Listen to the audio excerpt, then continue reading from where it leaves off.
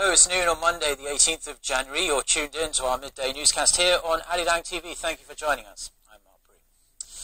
We're going to start today at Korea's top office, where President Park Geun-hye says she will join a public movement calling on lawmakers to promptly pass pending economy-related bills. In a keynote speech ahead of a second policy briefing meeting for this year, President Park said how Korea warned that Korea could face another financial meltdown like the Asian financial crisis in the late 1990s if labour reform and other bills aimed at improving the livelihoods of the public are not passed. Business organisations have started a campaign to gather 10 million signatures from the public for a petition to urge lawmakers to pass pending bills to revitalise the economy. Korea's Science and Culture Ministries are focusing their plans for this year on realising President Park's vision for the creative economy and cultural convergence. The ministries laid out their plans in a briefing for the President this morning. It's the second of 5 sessions President Park will have with government bodies this month. Kim Jeon reports. 6 government offices, including the Ministry of Science, ICT and Future Planning, outlined their policies for the year in a briefing to President Park Geun-hye on Monday. Their focus will be on boosting the government's growth initiatives through its vision for achieving the creative economy and cultural convergence.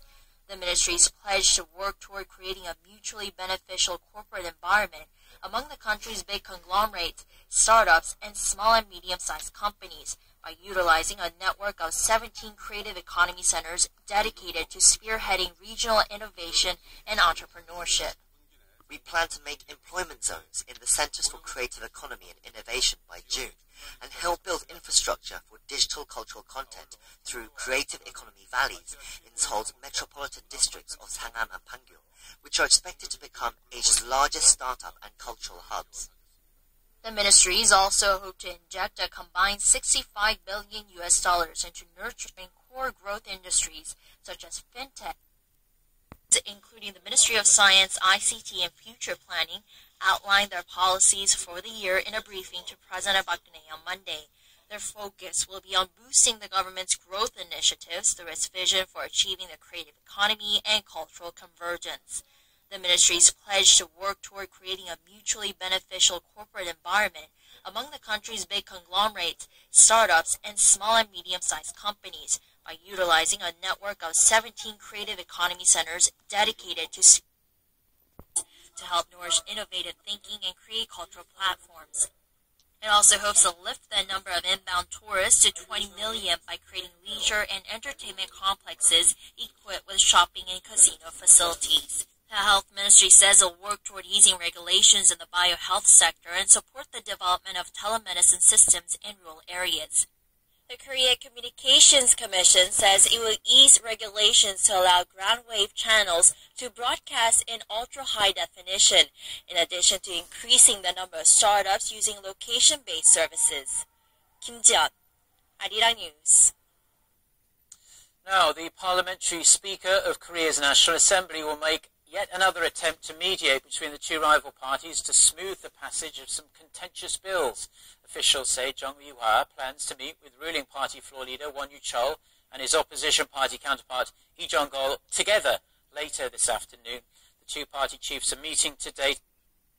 The Speaker of Korea's National Assembly will make yet another attempt to mediate between the two rival parties to smooth the passage of some contentious bills. Officials say Jung Woo-ha plans to meet with ruling party floor leader Won Yu-chol and his opposition party counterpart Lee Jong-gol together later this afternoon. The two party chiefs are meeting today to try and talk through their differences on the pending bills and the shape of the as yet undecided electoral map. Now, the redrawing of that map, which became invalid late last month after a constitutional court ruling, is an urgent issue, considering a general election is set for mid-April.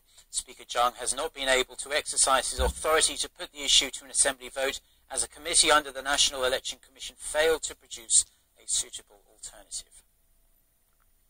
Now, the head of Korea's ruling party has stressed the need to implement reforms in the labour, education, public and financial sectors in order to breathe new life into the economy. In a New Year's press conference on Monday, New Party chairman Kim Moo-sung said the government could face difficulties reviving the economy without overhauling the labour and public sectors. High youth unemployment has emerged as a major social issue here in Korea, prompting calls for more active measures to address the issue. Kim also criticised the main opposition Minju Party of Korea for using the related bills as political bargaining chips. He also stressed that South Korea's economy was at a critical juncture as the recent nuclear test by Pyongyang posed a great threat to regional security and peace. Asian stock markets opened lower again on this Monday as global oil prices extended their decline after international sanctions on Iran were lifted. Korea's benchmark Kospi opened 1.22% down from Friday's close at 1,856, while Japan's Nikkei opened almost 2% lower. As of 11:50 a.m. Korea time, so about 15 minutes ago, the Kospi was down 0.48% at 1,870. Chinese shares also opened down 1.8% from Friday's close. Now, due to worries of oversupply and weakening demand, Brent oil traded below $28 a barrel. With restrictions lifted, Iran is gearing up to expand output and exports by 500,000 barrels a day. The US and other major powers lifted international sanctions on Iran over the weekend after the UN's Atomic Energy Agency said the Iranian government had stuck to its side of a landmark nuclear deal between Tehran and major world powers. Now, South Korea and Iran have enjoyed strong political and economic ties for decades, but as with most countries around the world, Seoul's two-way trade with Tehran suffered due to the international community's rigid sanctions on Iran for its nuclear program. But now that those sanctions have been lifted, what does it mean for South Korea? To help us answer that question, we are joined on the line by Lee-do Won, Professor of Economics at Yonsei University in Seoul. Professor Lee, thank you ever so much for joining us. Thank you. So South Korea will be hoping for a real trade boost following the removal of sanctions on Iran, particularly as Seoul's exports fell each and every month last year. How much of a boost, a bounce, do you think this is going to give the local economy? Well, generally speaking, I think it's a very good news to the Korean economy.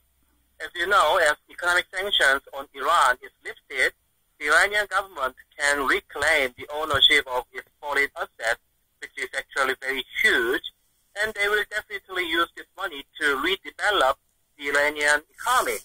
And in this process, Korean companies and Korean industries will be one of the biggest beneficiaries in the world. Yes, very true. And Iran used to be South Korea's second biggest trading partner in the Middle East, so there's absolutely no denying how important it is to the Korean economy. Now, Korea's biggest construction firms, as well as the nation's automakers, are going to be extremely eager to hunt for new business opportunities in Iran now. In your opinion, which sectors here in Korea will benefit the most from this removal of sanctions? Well, as you just mentioned, construction sector, automobile industry, and electronics industry will be definitely one of the biggest beneficiaries in Korea. And as you know, we have maintained relatively good relationship with Iran, even under the economic sanctions. So that is going to give us a more positive boost to the Korean economy. But I have one concern about the oil industry. So as Iran will resume the production of oil, the global oil price will continue to fall, and I think that is going to hurt the oil refinery industry of Korea, which is actually one of the biggest. Fresh sanctions on Iranian companies and individuals over a recent ballistic missile test. The U.S. Treasury Department on Sunday sanctioned 11 entities and individuals for their alleged role in Tehran's ballistic missile test in October of last year. The new sanctions prohibit U.S. or foreign nationals from conducting business with any of the blacklisted firms. U.S. banks are also ordered to freeze any assets the companies or individuals hold inside the American financial system. Among 5 Iranian officials who were sanctioned, 3 are suspected to have worked with North Korea on its missile development. The White House says the U.S. sanctions focused on Iran's support for terrorism, human rights abuses, and missile activities will remain in effect and continue to be enforced. Former Finance Minister is the latest addition to the team from Korea heading to this year's annual World Economic Forum meeting in Davos. According to Seoul's Foreign Ministry on Sunday, ruling Saenuri Party lawmaker Choi Kyung-hwan leaves for Switzerland this week as a special presidential envoy. Choi is expected to deliver his opinion on the economic situation in the region and the world. On the sidelines of the forum, the former finance chief is set to meet with founder and executive chairman of the World Economic Forum, the president of Switzerland, and India's finance minister. The four-day forum kicks off Wednesday at the Swiss ski resort of Davos and brings together thousands of political leaders, government officials, and business executives from around the world. Rating for now. According to the official Central News Agency, opposition leader Tsai Ing-wen won the election with more than 56% of the vote. Her Democratic Progressive Party favors independence from the mainland, while the Kuomintang, which has dominated for 8 years under President Ma Ying-jeou, has forged closer ties with China. The dramatic shift is expected to anger Beijing, which views Taiwan as an integral part of its territory and even has missiles pointed at the island. It's all in Tsai's hands now. The soft-spoken U.S.-educated lawyer will have to balance the interests of China, which is the island's biggest trading partner, the U.S., its key ally, and the diverse demands of the Taiwanese people.